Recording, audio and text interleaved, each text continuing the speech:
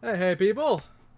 Welcome to my reaction channel. I just realized I kind of look like a guy who's in a cult with this shirt on. Like it's all like white and shit, and it looks like I'm part of like a religious video. I look like I'm from the movie Midsummer, the horror movie thing with the cult in Sweden. Like here, I'll show you. I look like the guy Midsummer. Yeah, I look like these, not the women, obviously. Well, maybe like the women. Yeah, this guy, 100%, 100%. No, I mean like the white robe thing, like I look like I'm part of some weird cult thing. I just need more color on this shirt, and I look like I'm part of a weird fucking cult. Anyway, that's not the issue that we're having here today. We're gonna watch this video about turning roadside weeds into bread. Why? It's on trending, and it looked interesting comparatively to the music and the sports interview stuff that I don't care about. Yeah, most of this stuff I don't really care about. I do want to get into sports at some point, but I really could care less about interviews. In today's video, we are taking a look to see if we can make our own bread out of rye that we've gathered ourselves. Can you make your own bread out of rye? Keep them random. Guys, today we're here with Joseph and Joseph from the channel Good and Basic, and they are going to be helping us out with a fun experiment. We're going to see if we can make bread from roadside weeds. Here's the basic idea. We have Joseph and Joseph with us today, and they are going to show us how to harvest fresh rye. After that, we're going to see if we can turn it into bread. What am I holding right now? You are holding wild cereal rye. This is actually the same kind of rye that people have used for thousands of years to make bread. And it's not actually native here to the western United States where we're filming, but it has escaped. So from farms, 150 years ago, some rye got away, and now you can see that it has gotten away and become very successful. Wow. And invasive species is what that is. There's a lot of this throughout history where you bring things over from the old world or the new world, or just different parts of the planet, and it ends up wiping out the local fauna or what's it? Fauna or flora? Yeah, that's the one. Fauna or flora. I know there's a good example of that with pigs in the Caribbean and the southwest United States, Mexico, and parts of South America. The Spanish used to drop off pigs into different places throughout the coast of the Caribbean and throughout all of the places that they were going, and then just let them run wild because pigs can survive anywhere, and then they'd come back and there'd be hundreds upon hundreds upon hundreds of pigs in the area when they just dropped off maybe 6 or 7, and then they would set up a colony there and slaughter those pigs for food. And that's why there's all these stories of, especially in the southwest in Mexico, of just rampant pigs and wild boars and things like that, because pigs go wild in maybe 2 generations. So, there's just rampant pigs, and they, took over the entire area like a fucking plague. But it was good for early colonialization, so trade-offs, I suppose. And rye is also a very good, well, obviously it's one of the best grains you can produce. But that also, because humans engineered it to be so good at farming and things like that, it is a very invasive species. That's why there are countries now today, like Australia, New Zealand, and all those other places like that, have very, very, very, very, very strict import laws, because shit like this happens, or shit like the pigs happen, or I think there was some local issue where there was some, in my local area, someone brought toads or something in. This was a decade or 2 ago, and most of our local toads are now destroyed, or something like that. I don't really remember the exact story, but yeah, invasive species are, it sounds fun and nice, but invasive species are actually fucking horrible for the local fauna for the most part. it grows alongside the highway basically everywhere. It's literally all over the place. Yeah. And the crazy thing about this wild weed is that it's food. And so what we're going to do is we're going to harvest some, we're going to harvest the grains off, we're going to bash it a whole bunch of times to get the grain to fall out of the straw, and then we're going to make bread. We're actually going to introduce you to both the Scythe, which is like the higher tech version, and also the Sickle, which is like going to old school. Higher tech, right here. Look at this high tech. Everything's relative, man.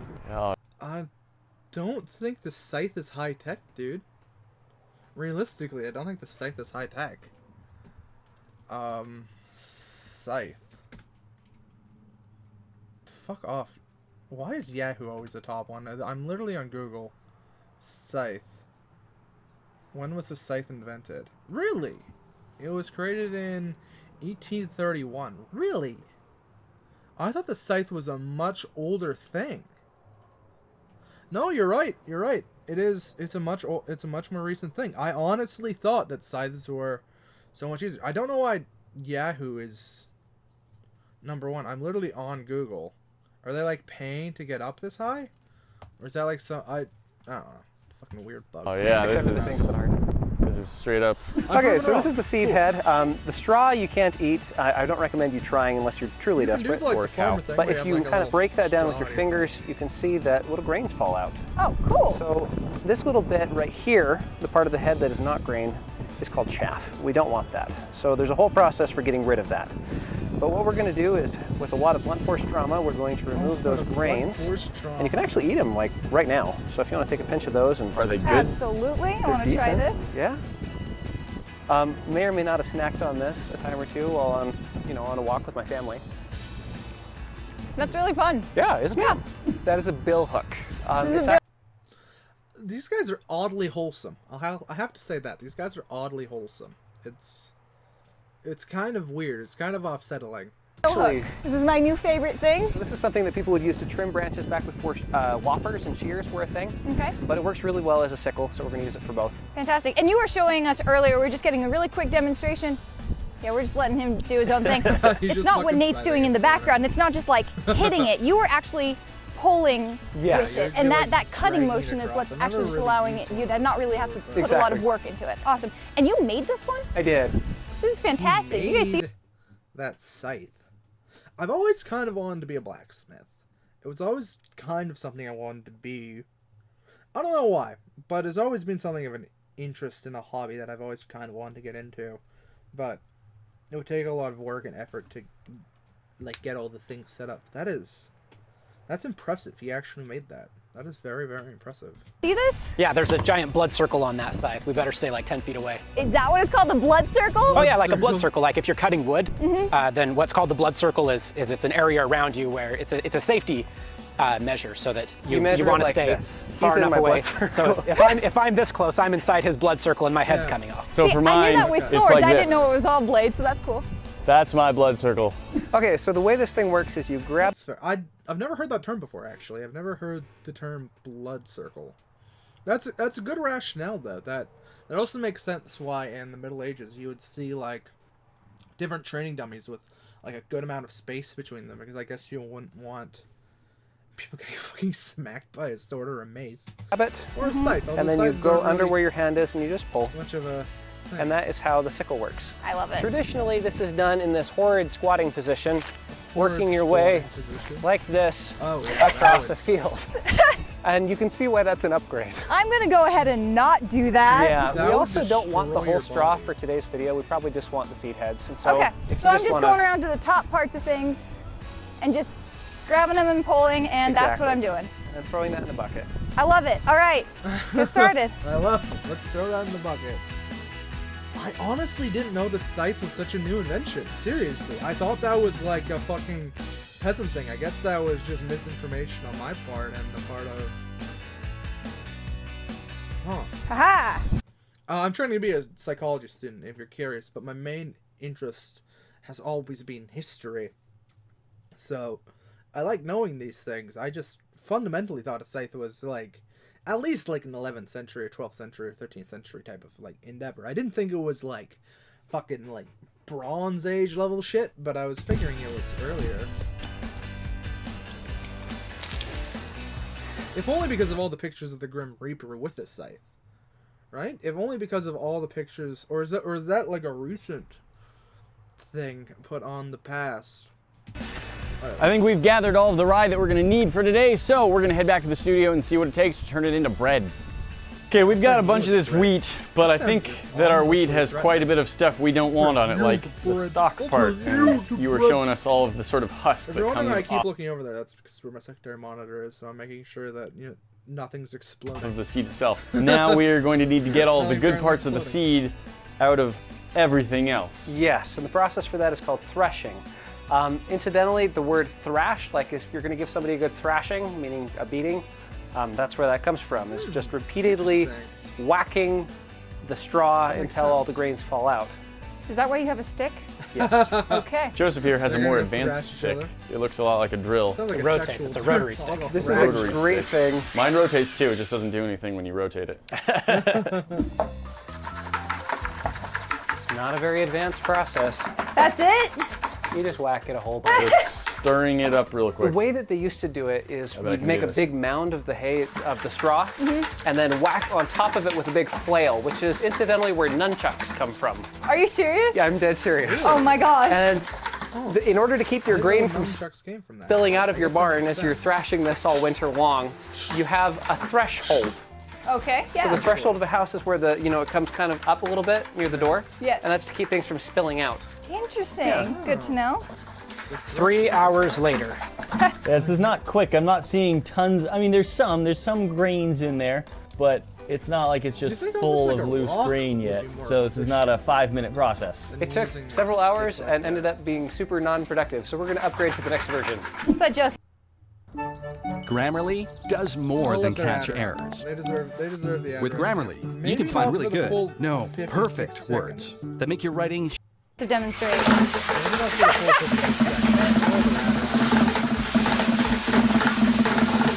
That's about it. See, so you can start to see a lot more of the grains have been knocked free. That's working so much better. Not all of it has come out. So if I split open this head, you can see there's still another grain in there. And then there's another grain in there. So there's still a little more threshing to go. But the amount of time that took comparatively is amazing. Oh, yeah. So. Okay, so the next stage of this process is called winnowing. So in this bucket, I have 2 things. I have the chaff, which is the husks and the straw, and then I also have the grain kernels. Now the cool thing is that the grain kernels are heavier than the empty husks. So if you pour them across a moving stream of air, you can use a fan or you could just use the wind. Then what will happen is the moving air will blow off the chaff because it's lighter, and the grain seeds will fall down into this pot. That's actually very clever. Seems like it is also incredibly, almost inefficient in a way, and you lose a lot of those grain kernels. Honestly, everything you learn about the Middle Ages makes it seem that being a peasant would be the worst thing on planet Earth. Like, it just quite literally the worst possible thing you could be on planet Earth. Like, just working so hard for so bloody little. That would not be great. And then like you said, the chaff even just collects on the top. So I've just grabbed a handful from the top. It's all chaff. Yeah, that grain is barely going half the way back and the chaff gets blown right off. Oh, yeah. The tricky part, of course, is that the grain isn't that heavy either, and so it can get blown away.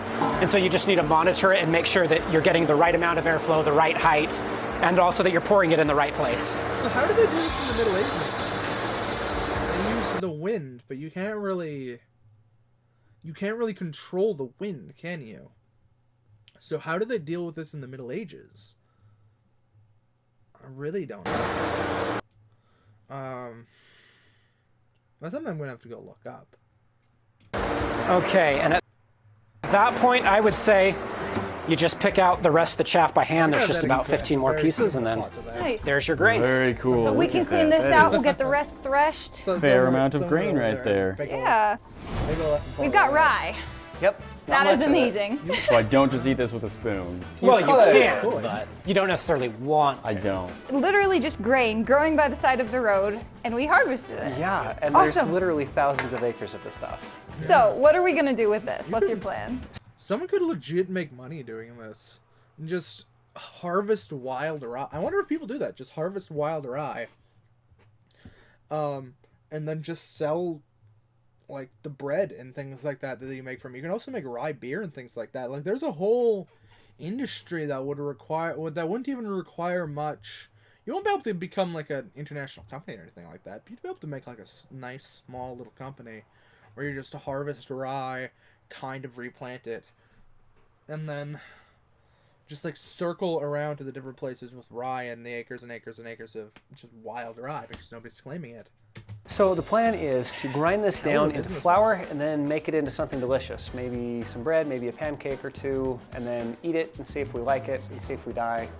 you know. Great. Yeah, that's Right. experimental eating. Is there an old-fashioned, old-timey method of grinding this up we've got? Yes. You have a mortar and pestle, but That's pretty old school. Use a rock yeah. with another rock to smash it. That's probably what happened at first. Then they upgraded and they figured, if you have a rock in kind of a channel, you can rub it back and forth. Okay. That's And what then you it call collects a the cornstone. grains, which is nice. Then you don't have the grains spreading out all over the place. And then somebody got the bright idea of having one that rotates, and that's when you get a cornstone, and we're going to use kind of a modern version of that, just a little hand grinder. cool. Let's try it. I think it's pretty easy to understand, but show us anyway. This is I don't know much about ancient cooking. There is this older cooking channel on YouTube. I can't remember what it's called, but it has some really cool videos. I just recently watched a video of it, of the guy making candied lime peel from like an 18th century cookbook type of deal. hand crank steel on steel grinder, and I picked it up at a thrift store for ways that $15. Nice. And it has served me well for many years. And then you just keep going. It's got a little adjusty thingy here. I'm gonna try this way. I'm gonna try 2 different methods at once, okay? I like your method better. Let's have a race, right? Let's see how this Racing. goes. Okay, let's go race. Just gonna move real leisurely here. Come on. Keep going. Just keep going. No, You got no. this, man. Think we're good? I'd say that's about the right consistency. Perfect. I think we won. That is an incredibly fine, beautiful Except I made a mess. rye flour. Be just second time. That looks like flour. Looks like flour, smells like flour. I would say it's not quite as fine as commercially available flour, and maybe we could get it there if we just... I read a lot of alternate history because I'm a history nerd. And I always think about, and there's a lot of self-inserts into history. And I always think about what I could bring back to history that would make things better. And I always just come back to, like, I kind of know how to cook. And then I look at the old-fashioned cooking methods. And I'm like, I don't know how to cook at all. Like, I have no ability to cook in the way that they could cook. I can cook now. I can cook nowadays. I'm a pretty damn good chef. Well, I'm a pretty good chef for a home chef. I'm above amateur, but I'm not professional, and I have no desire to be. But remembering back how they used to do things in the olden days, there is no way I'd be able to do anything like this at all. Kept going for a Yeah, little just bit, run it for another minute or two. but it's not like sand. Okay, so next thing's next. We need to decide what we're gonna make out of this. Okay. You said something about bread, Yeah. and I also heard pancakes. Yes. I think it'd be fun to try both of those. At this point, can we mix our flour, or do you want to Tell you not what. contaminate your hand ground flour with our machine ground flour? Tell you what, I've got a batch of bread ready to go from a previously done batch of this stuff. I figure we'll use this for pancakes. All right, Because like they it. don't take 8 hours to rise. fair enough. So show us that, and then let's talk about the rising method that you're using and how that came into being. Here's our loaf of dough. There's the dough. This has been rising since last night, and it honestly hasn't risen all that much. It looks fairly, it kind of looks cooked at this point. Yeah. It's formed a skin as it dried out a little bit, but you can see it is still dough. Well, we're going to throw this in the oven and cook it for about 25 minutes. The method that I used for this is called a sourdough start, and the way that you can get one of those, there's 2 ways, right? You find someone else who has one, we'll give you a little sample of theirs, and then it's like a chia pet. You feed it every day with a little bit of wheat and a little bit of water that has no chlorine in it, and then you scoop out a little bit, and that keeps all the yeast colonies and lactobacteria that are in the sourdough start alive. Let me show you the one that I've got. Oh yeah, yeast colonies. There are yeast colonies that go back hundreds, maybe even thousands of years. And that's familial traditions of handing down yeast colonies. Like, these things last forever. Like, forever. If you can actually have it. Here, let's have it on an actual frame and not on whatever I had it on before. Yeah, you can... You can... There's store-bought yeast things that you can buy that have been going on for a long while. But there are yeast things of, familial traditions that have been going on forever. Oldest yeast culture. Why is Yahoo here? Can somebody explain to me why Yahoo always pops up here? Like, I swear to God, it's not in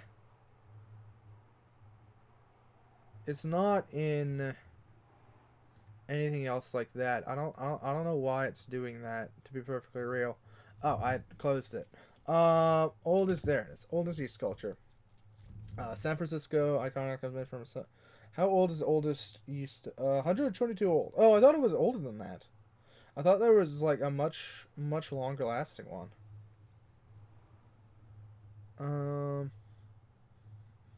120 years. Oh, I thought it was much older than that. Okay.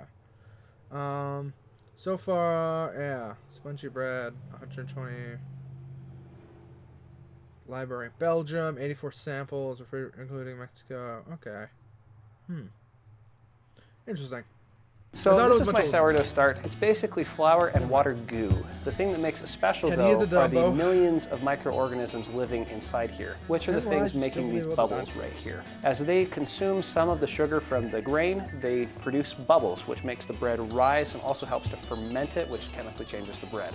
So the way that you make this is you either get some from me or someone else who gives you a little scoop and that infects your flour and water goo, or you just get some flour, mix some water, and then start treating it as if it was alive. And it will actually get colonized from little yeasts and lactobacteria that are in the air, and also that were initially on the bodies of the grain itself. If you look at the grain super closely, you can see that it is alive. And over a couple of weeks, you'll find that it will start to rise just like bread is supposed to. I do love the fact that in that description for food, you used the word infect. Yes. Yes. It's a strange thing. But it's true. So on his channel, Good and Basic, they have a video about the sourdough process. You can go watch that if you want to learn more information. At this point, we are going to put this piece of dough in the oven. So we are going to take this flour that we have made and we are going to attempt to make pancakes out of it. You're going to try to make pancakes out of it, okay.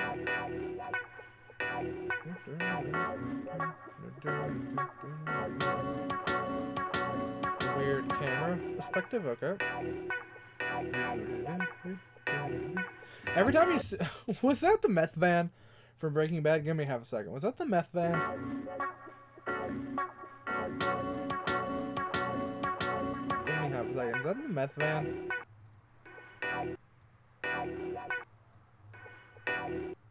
Sorry. I missed it. Where? No. There it is. I think yeah, that's the meth van. That's the meth van from Breaking Bad. And yeah, okay. We have pancakes. That's a stack of pancakes. Those are pancakes. It is. They were cooked in pan. They're kind of cake-shaped. And a couple hours ago, they were in a field. Yes, they were. Yeah. This morning, they were in a field. It's really weird to think about, actually. Yeah. Yeah, we got a few of them.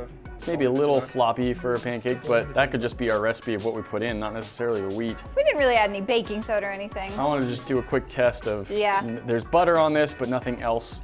Want to know what the consistency's like. Writing's not that easy, but Grammarly can help. This ad run out. This sentence is grammatically correct, but it's wordy and hard to read. It undermines the writer's message, and the word choice is bland. Yeah, that's... Grammarly's cutting-edge technology helps you craft compelling, understandable writing that makes an impact on your reader. Much better. Old-fashionedly. Are you ready to give it a try? Installation is simple and free. Visit Grammarly.com today. Trying to like cook with like old-fashioned cookbooks. Yeah, skip the ad, thanks. The inside, I think, is maybe not quite cooked. Watch the last ad. Let them get some ad revenue from it. Not entirely, but it tastes really good. It's close. Maybe they're it's gonna really close. Apocalypse. Exact temperature, maybe a thing we'd have to experiment with, but that is a pancake. Tastes like a pancake. So I think if we had rich, hearty, a better recipe, and that's just because we just threw eggs, milk, and a little bit of salt in haphazardly and just said, I don't know, that looks good. And so we did not get like perfect IHOP style pancakes or something like that. Like Callie was pointing out, we didn't use any baking soda or baking powder or anything like that. But this is great. They are pancakes. Good. So we sliced it up with the intent of cooking out that middle, and it seems to be better, but not perfect. Would I eat this on purpose? Yes. If dying. Would I eat this on purpose? Also if dying, but I was thinking like, in certain conditions and with certain other foods, you were talking like with a sour type soup. Yeah. Yeah, By far the biggest issue is the same as with the pancakes. It's just the recipe needs tweaking. Oh, yeah. But there's nothing wrong with the source flour. Yeah. So one of the things that's amazing to me about bread is that you consider all the labor and effort that it used to take using older methods and working by hand to harvest. And between all of us, it was what, 4 hours, 5 hours, 6 hours of combined man hours in order to make our little loaf and a little stack of pancakes. And then you look at this, purchased from the store for $1.50. And it becomes apparent that we live in the future. Yeah. Oh, There's a lid. You need a lid. Lid. Guys, that's not all you know. We've always got more for you to see. Click that box up at the top to go check out our most. Cool. Well, that was an interesting little thing. I think I do want to start watching some of the guy who makes those arrows versus medieval myth. Anyway, the guy who makes the older fashioned food on YouTube. I think I might start reacting to some of his things too, because he makes some interesting stuff. Corn silage harvest begins, filling the big bunk, solving a one-of-a-kind whiskey bottle puzzle. Alright, well, that's it. I hope you guys enjoyed. I tried to react my best. Sub if you like what you see, like if you like what you see. Yeah, apart from that, go fuck yourselves. Have a great day.